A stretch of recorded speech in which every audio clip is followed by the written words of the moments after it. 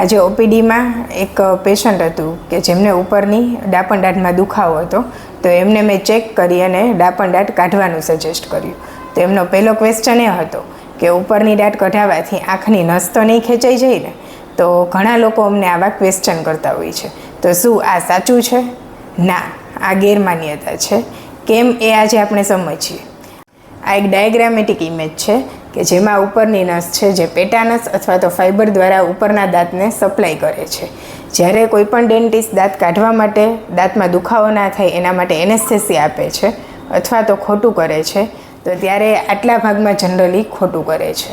આ એનેસ્થેસિયાની effect generally 4 થી 5 કલાક પેશન્ટમાં રહેતી હોય છે, પછી એની મેળે પહેલાં જેમ જ સરખું થઈ જાય છે.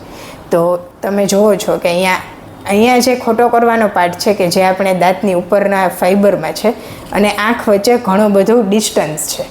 આંખ અને દાંત વચ્ચે કોઈ કનેક્ટિવિટી નથી. આંખની જે નસ છે અહીંથી સપ્લાય કરે છે, જ્યારે દાંતની નસ છે અહીંથી સપ્લાય કરે છે. તો આ બધી આપણા લોકોમાં જનરલી એવી ખોટી માન્યતા છે કે ઉપરની દાંત કાઢવાથી આંખમાં તકલીફ થાય અથવા તો આંખની નસ ખેંચાઈ જાય.